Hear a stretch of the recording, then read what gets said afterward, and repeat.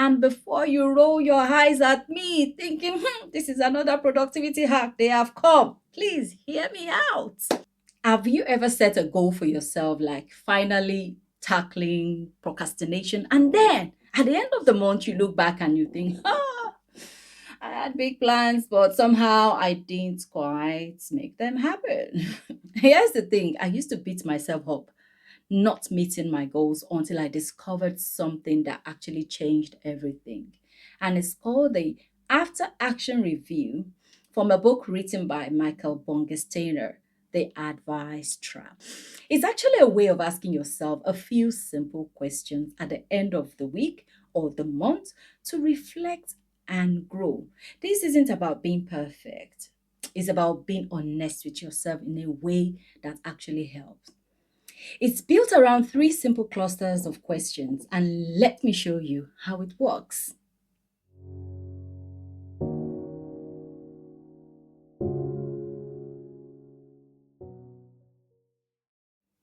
Step one, what was supposed to happen? Think of these as your reality check moment. What were you actually trying to do? Not what sounds impressive to others, but what you genuinely wanted for yourself. Maybe, for example, maybe it was, I want to start tasks after 24 hours of receiving them. I want to start that creative project I keep talking about.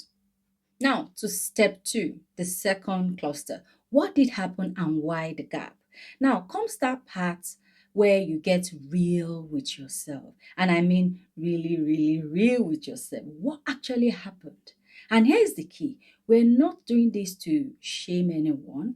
We're doing this because the truth is the only place where real change can start. So maybe you still scroll for 2 hours or that creative project is still an idea in your head. That's fine. The question is why? The main thing is for you to compare the plan to what actually happened, and then you ask yourself why there is a difference. For instance, I delayed most of my reports till Friday afternoon because during the week I told myself I was too tired. Another pattern I notice is that I always crush it with my morning workouts when I lay out my clothes the night before. But I completely fail when I try to wing it. Now, you will notice this is the second cluster, and it's kind of like will overlap with the third one, and that is okay. Step three, the third cluster, what worked and what didn't work. Here, you sharpen the lens. Instead of just noticing the gap, you name the strength and the blockers. For example, on the one day I used a timer, I actually started my work on time. That worked, right? But waiting until I felt motivated, that didn't work. Another example is I started my report immediately after meetings. That worked really well. What didn't work was trying to do them after dinner. My energy was just gone by then. Now to step four, the final one. What would you do differently next time? This, I say, is the golden question because it sort of turns reflection into action. Without this step, we're just journaling, just mere journaling. And you might say, next month, ahead of the meeting, I will block out 20 minutes right after each meeting to write the report. No excuses. That way, I just start instead of just waiting for motivation to kick in. Now, this is where it gets really interesting and not necessarily kind of like an eye opener for me. And after doing this for a few months, you start noticing these patterns about yourself that you just never saw before. And I'm talking about patterns that once you see them, it will make you go like, that is why I keep struggling about this. At least that was my experience.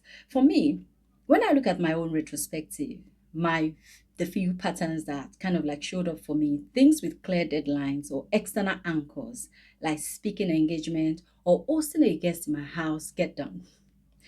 Tasks that are open ended or vague, like read a book or study Python, tend to just drift.